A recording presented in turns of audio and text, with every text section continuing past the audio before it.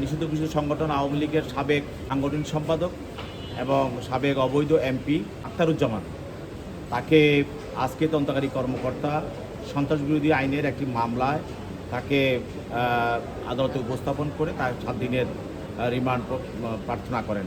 মামলাটি হলো যে গত 28/6/26 তারিখে মহাখালী বাস টার্মিনালের সামনে নিষিদ্ধ ঘোষিত ছাত্র সংগঠন ছাত্রলীগ এবং যুবলীগ তারা সেখানে সরকার বিরোধী মিছিল করে এবং দেশের শান্তি শৃঙ্খলার বিরুদ্ধে তারা কর্মকাণ্ড করে এবং বিভিন্ন ধরনের সরকারকে উৎখাত করার বিভিন্ন ধরনের স্লোগান দেয় এবং ফ্যাসিস্ট হাসিনার পক্ষে তারা বিভিন্ন ধরনের স্লোগান দেয়।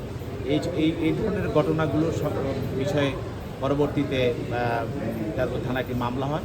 এই মামলা তদন্ত করতে গিয়ে তদন্তকারী কর্মকর্তা দেখতে পান যে এই যে আখতারুজ্জামান সে এই ঘটনাগুলোর সঙ্গে সে সম্পৃক্ত। যে প্রাক্তন পার্লামেন্ট সদস্য, ডাকসুর প্রাক্তন বিপি, বিশেষ করে বাংলাদেশ আওয়ামী লীগের সাংগঠনিক সম্পাদক আখতারুজ্জামান সাহেবকে আজকে এই মামলায় সম্পৃক্ত করে 7 দিন রিমান্ড চাওয়া হয়েছিল।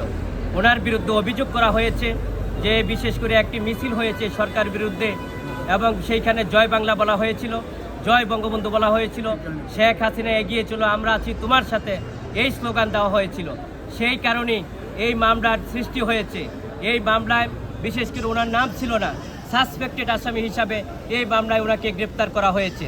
এমনকি আপনারা জানেন যে গ্রেপ্তার করা হলে এই মামলায় বিশেষ করে মহামান্য হাইকোর্টের একটা নির্দেশনা আছে যে 164 অন্য আসামিদের আমার নাম বলতে হবে, 161 থাকতে হবে, ভিডিও ফুটেজ থাকতে হবে। এই ধরনের সুনির্দিষ্ট কোনো কারণ বিজ্ঞ আদালতে রাষ্ট্রপক্ষ দাখিল করতে ব্যর্থ হয়েছেন। সেই কারণেই যে আজকে রিমান্ড চাওয়া হয়েছে এবং সেই রিমান্ড চাওয়াটাই অযৌক্তিক হয়েছে এবং বিজ্ঞ আদালত যে 3 দিনের রিমান্ড মঞ্জুর করেছেন সেখানে আইনের শাসন প্রতিষ্ঠিত হয়নি, আমরা ন্যায় বিচার হতে বঞ্চিত হয়েছি। বিশেষ করে উনি